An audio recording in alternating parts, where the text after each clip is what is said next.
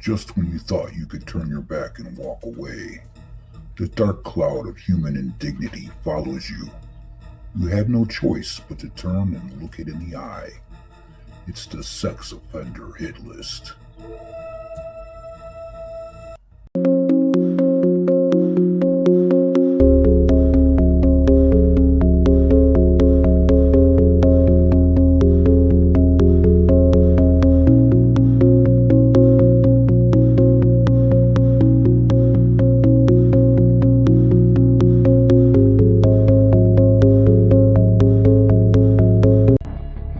Talk about an evil, satanic-looking chomo.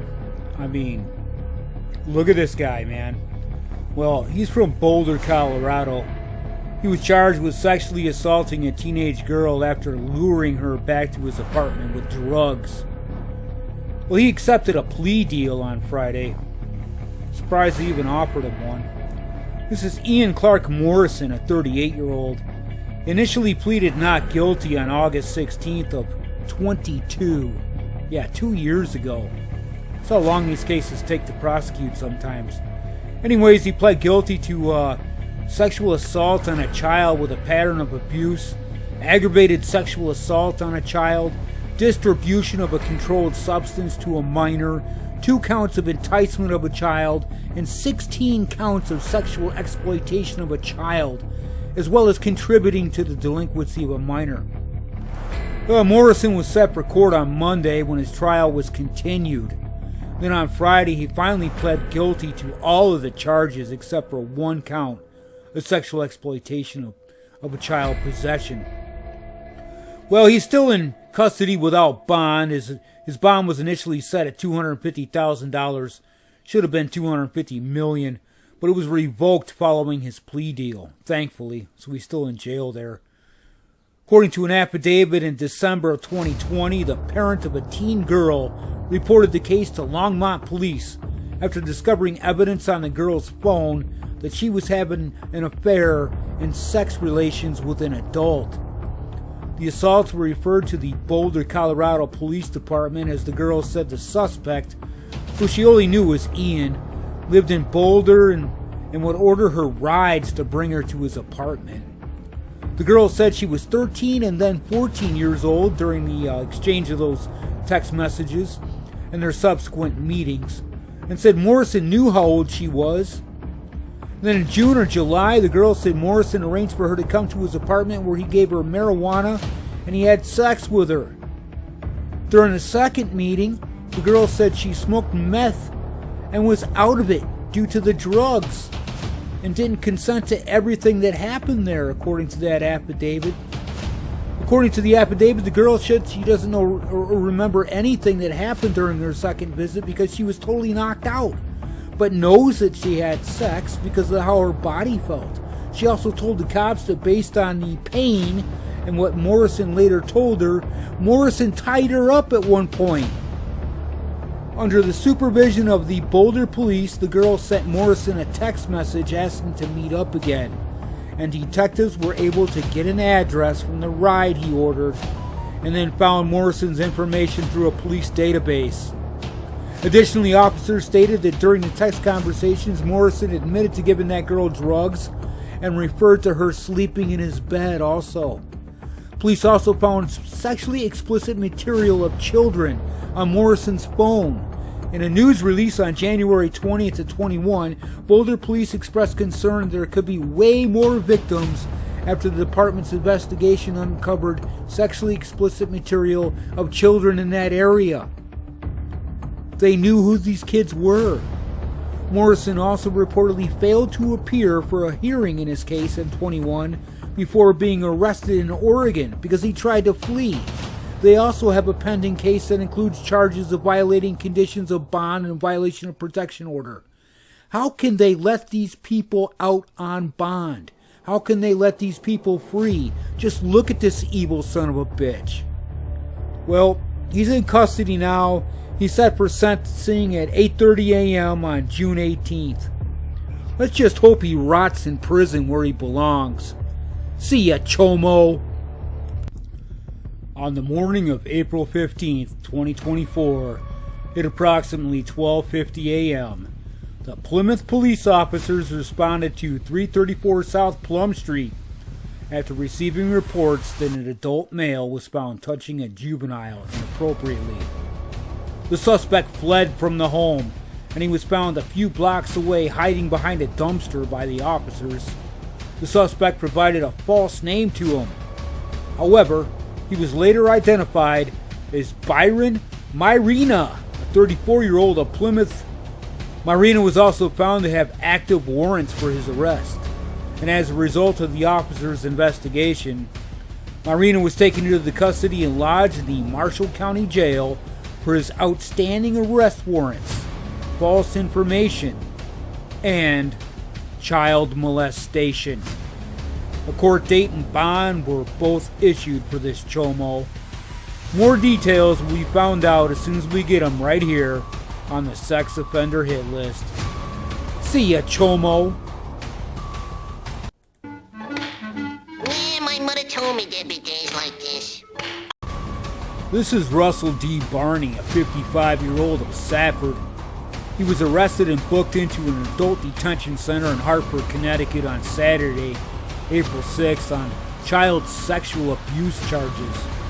According to the Hartford Police Department, Barney was apprehended after sending explicit images to what he believed was the uncle of a 15-year-old girl and agreeing to meet up with her at a gas station in Hartford for sex.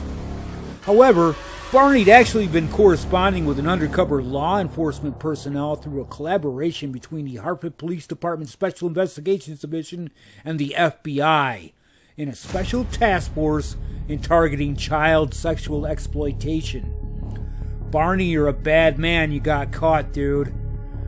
However, when Barney arrived at that gas station, he was met by the Hartford Police Station officers and federal agents, and he was taken into custody. Barney had child sexual abuse material images in his possession at that time of his arrest on his cell phone. He just wanted more, greedy bastard. Well, he's facing multiple charges, including attempted sexual contact with a minor, attempted sexual assault, possession of child sexual abuse material, and promoting a minor for an obscene performance. Bad Barney. See ya, chomo. The Michigan State Police said a man accused of sending pictures of his genitals to a minor in Gaylord has been arrested for child sexual abuse material charges. He's been identified as 50-year-old Jamie Rochelow of Sheboygan. The troopers say they started investigating Rochelow in January of this year when they were asked to help the Gaylord City Police Department with the execution of a search warrant that was outside of their jurisdiction. Well, you know, state police, they can't turn nothing down. Gotta love those guys. Rochelow was arrested and troopers seized electronic devices in the house, including cell phones and computers.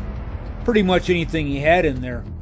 The computer and electronics devices were then turned over to the Michigan State Police Computer Crimes Unit for analysis. During the analysis of Rochelow's phone, troopers said evidence of child sexual abuse material was found that was unrelated to the original complaint. A report was submitted to the Sheboygan County Prosecutor's Office, and then an arrest warrant was authorized on April 11th of this year. Rochelow was then arrested at his home with the assistance of deputies from the Sheboygan County Sheriff's Office, and then he was lodged in the Sheboygan County Jail. Rochelow was arraigned on Friday, April 12th, in the 89th District Court in Sheboygan County for one count of aggravated possession of child sexually abusive material, as well as one count of possession of child sexually abusive material. And he was given a $10,000 personal release bond. Why are you going to do that, man? I love the Michigan State Police. I'm here in this state. I've always held high regards for them. But please don't let these people out on personal bonds. They're going to do it again. His next appearance is scheduled for May 10th, 2 p.m. Make sure and stay tuned because we're going to have it right here on the sex offender hit list. Let me out of here! Let me out of here! We're going to head over to Georgia now. where a man turned himself into the Talbot County Sheriff's Office after some warrants involving child sexual abuse were issued for his arrest on Thursday. On April 9th at about 10 p.m., an investigator received a phone call about an adult that was possibly having a sexual relationship with a teenager. The investigation that followed determined the relationship had been going on for about a month or so. Then on April 11th, warrants were issued for the arrest of Cody Allen Simmons. This chomo over here. He's 27 years old. The sheriff's office says sexual intercourse happened and explicit messages were also sent between Simmons and the victim. Later that day, Simmons turned himself into the Talbot County Sheriff's Office, and he's facing the following charges: 2 counts of statutory rape, 2 counts of child molestation, and 2 counts of enticing a minor. The Talbot County Sheriff's Office said it strives to keep the streets of Talbot County free of child predators like this chomo right here. See ya, chomo. I'm gonna head back down to Texas for this one. This chomo here is a man that pled guilty to 2 indictments for child sexual abuse charges, and he was sentenced to 20 years in prison. Well, not good enough as far as I'm concerned. Anyways, this is Nathan Cole Phillips, and he had sexual contact with 2 juveniles under the age of 17 before the 16th of January last year, and he confessed to his actions, and he later pled guilty around January 20th of this year. Well, once his 20-year prison sentence has been served, if he ever makes it out, Phillips will be required to register as a sex offender for the rest of his life. Well, I would hope so. Anyways, according to the district attorney over there, she said that defendants who sexually abuse children in Madison County will face harsh consequences. And I'm proud a resolution was obtained without victims having to go through with the trauma of testifying and reliving this nightmare in the courtroom. And I so agree with that. I mean, you could possibly get 25 years if you get a victim up there to testify, but who wants that little child to be able to open up and see this chomo again? It's kind of sick, but that's a lot of the reasons why a lot of these chomos get off easy. There are laws that are going to be coming forward soon that are going to allow our children to drop into a second room so they don't have to look these fuckers in the eye. Yeah, I said it. Fuckers.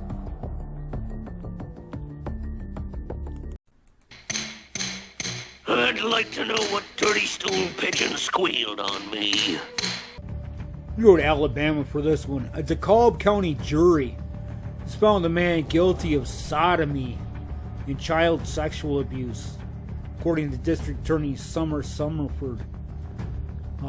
This jury found Joseph Thomas Roden guilty of sodomy in the first degree and 2 counts of sexual abuse of a child under 12, following a 30-minute deliberation on Friday, April 12th. You know, that alone says something right there. You know, if it only takes a jury just a few minutes to convict somebody, there's no question in any one of those jurors' mind that this guy was guilty as hell. Number 2, to even take it to a jury trial thinking you're going to get off on something is just sickening.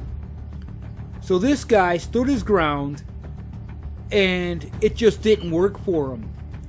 What a sick piece of shit, man. You guys know what sodomy is to a child? That is anal rape. And I don't care if YouTube violates me or not. It's disgusting. It's sickening. It makes me sad. It almost makes me cry in anger. Son of a bitch is going to be sentenced on May 8th by Circuit Court Judge Andrew Harrison. He's going to face up to 30 years to life in prison because it's a Class A felony. Hope you rot in hell. This is kind of a strange story here. This guy's name, I don't know, Monty Lavelle Chitty. He's a 62-year-old. He was arrested on April 5th in a small town in Texas by the state police and the U.S. Marshals. after attempting to flee child sexual abuse-related charges in the Florida Keys. He was arrested in March and charged with 2 felonies involving a 15-year-old girl from the Baptist church that he was leading in Marathon, Florida. The charges include sexual battery and lewd and lascivious molestation, and a misdemeanor as well of contributing to the delinquency of a minor. I mean, look at this guy, man. Satan in the flesh. Shitty. I'm going to call him Shitty. Here's why. He was also a former Alaska Village public safety officer. That's right, a policeman in the Aleutian region in Alaska for several years, as well as a pastor in Cold Bay for a short period. Then he moved to Alaska and he led the Cold Bay Chapel in 2010. One of his former church congregation members, Stephanie DeVault, she said that we used to Google him for every couple of years because we knew. What's that tell you about him? DeVault said she was upset, but she wasn't surprised when she heard that Shitty had been charged with molesting a teenager in his congregation in Florida. She also said that she had serious doubts that this is the only girl that he's ever violated, and maybe if the truth reaches more people, more girls or women would come forward with just what happened. According to a police report from the Monroe County Sheriff's Office, a young female member of the church said that she passed out on a couch in Shitty's office after he gave her alcohol, which she believed was spiked with an unknown substance. I don't doubt it. She later awoke to the pastor sexually assaulting her. Shitty was then arrested in Woodville, Texas after he reportedly approached a church group that was working with people experiencing homelessness. Oh, he wants to just get in on every aspect, doesn't he? What a freaking chomo, man. If you're gonna, take advantage of people, he's gonna take advantage of people policing. He's going to be taking advantage of people in a religious aspect. And now he's going to try to take advantage of people that are homeless? Wow, man. This guy needs to be locked up for freaking life. Well, anyways, he was arrested. He's being held on a $1.3 million bond because of all the crimes that have been brought before him. Let's get this guy life, man. See ya, Chomo. I'm done with you. I'm gonna give you solitary confinement for 99 years. Hey, while we're in Texas here, a man was arrested for sexual assault after a child made an outcry to a teacher at an East Texas school district. According to the Texarkana Police Department, the investigation began when a student confided in a teacher within the Texarkana ISD about reportedly having been sexually assaulted by this guy. This is Alberto Kukal, 45-year-old, and she's been assaulted by him for several years, and she finally came forward with it. An arrest warrant was issued for him for the offense of aggravated sexual assault of a child. With the help of the Homeland Security investigations, Kukal, this Chomo here, he was located and arrested last week and extradited back to Texas from Mexico over the weekend. He's currently being held in the bi-state jail. See ya, Chomo. Now get in there!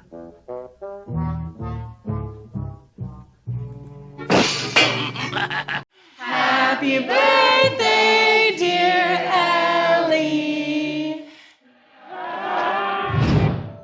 Now, Ellie, remember, this is our special secret.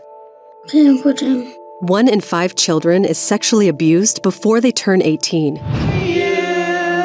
Make a wish, but remember, it's a secret. Do you know the signs? I just want everyone to go home. Learn more about the risks of child sexual abuse at sapria.org.